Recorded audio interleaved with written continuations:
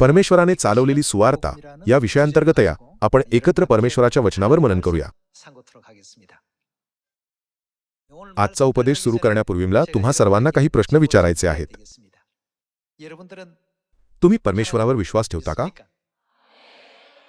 तुमचा असा विश्वास आहे का की बायबलच्या 66 पुस्तकांमधील सर्व वचने नक्कीच पूर्ण होतील? कारण बायबलची वचने ही परमेश्वराने दिलेली लिखित वचने आहेत. म्हणून जर आपण सर्वजण परमेश्वरावर विश्वास ठेवण्याचा दावा करतो तर आपण बायबलमध्ये नोंदवलेल्या सर्व वचनांवर देखील विश्वास ठेवला पाहिजे, नाही का? या आपण मत्ते अध्याय 24 कडे वळूया. मत्ते अध्याय 24 वचन 14 मध्ये असे लिहिले आहे, सर्व राष्ट्रांना साक्षीसाठी म्हणून. ही नवीन कराराच्या सत्याची सुवार्ता नाही का जी आपण आता गाजवत आहोत? राज्याची ही सुवार्ता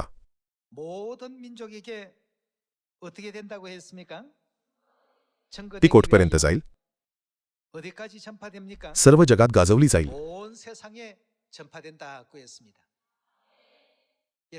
सर्व लोकांना तुम्ही यावर विश्वास ठेवता का?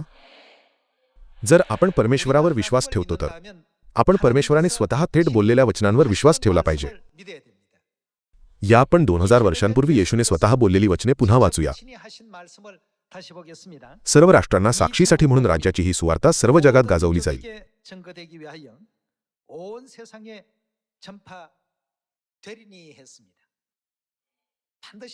त्यांनी म्हटले की ते निस्संशयपणे पूर्ण होईल. हे कोठपर्यंत घडेल असे त्यांनी सांगितले? संपूर्ण जग आणि सर्व राष्ट्रे. मग जर आपण परमेश्वरावर विश्वास ठेवतो तर आपण परमेश्वराने बोललेल्या या वचनांवर देखील विश्वास ठेवला पाहिजे. आपण या वचनांना केवळ बायबलमधील शब्द आहेत आणि त्यांचा आपल्याशी काही संबंध नाही असे मानू नये.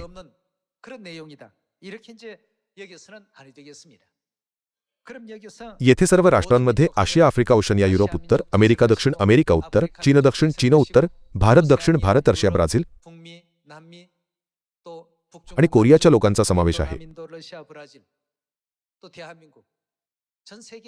हे जगभरातील सर्व राष्ट्रांना सामावून घेत नाही का?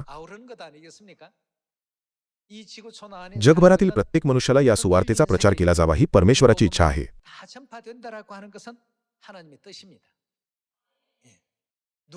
परमेश्वराने स्पष्टपणे सांगितले आहे की आपली सुवार्ता कोणालाही न वगळता जगभरातील सर्व राष्ट्रांमध्ये गाजवली जाईल.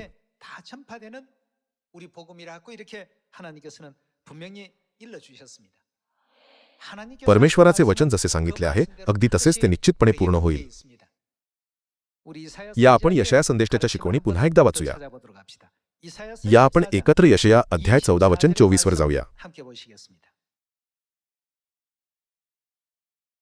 सेनाधीश परमेश्वर शपथ वाहून म्हणाला आहे की मी कल्पिले तसे होईलच, मी योजले तसे घडेलच.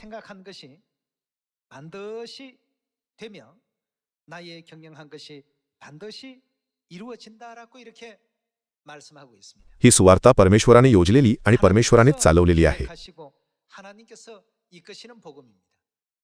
त्यामध्ये ते शब्द आहेत जे परमेश्वराने स्वतः बोलले होते जेव्हा ते 2000 वर्षांपूर्वी येशू नावाने या पृथ्वीवर आले.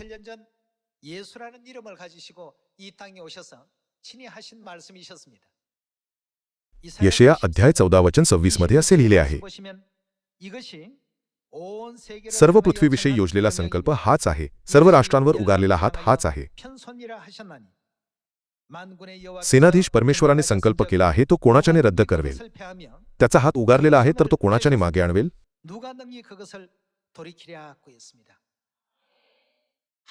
परमेश्वर जे करतात त्याला कोणीही थांबवू किंवा निष्फळ करू शकत नाही.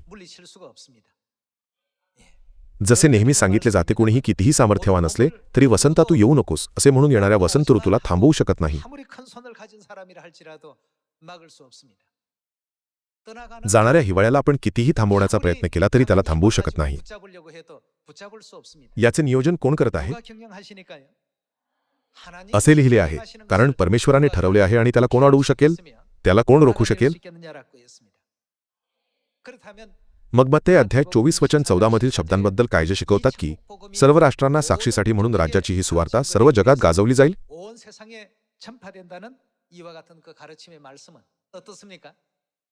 ते निश्चितपणे पूर्ण होईल. जर एखाद्याला याबद्दल शंका असेल तर त्याला परमेश्वरावर विश्वास ठेवणारा मानता येणार नाही. आपण फक्त वैचारिक पद्धतीने माझा विश्वास आहे असे म्हणू नये, तर परमेश्वराने आपल्या मुखाने जे काही सांगितले आहे ते नक्कीच पूर्ण होईल यावर ठाम विश्वास ठेवला पाहिजे. 이루어진다는 사실을 굳건히 또 믿어야 되겠습니다.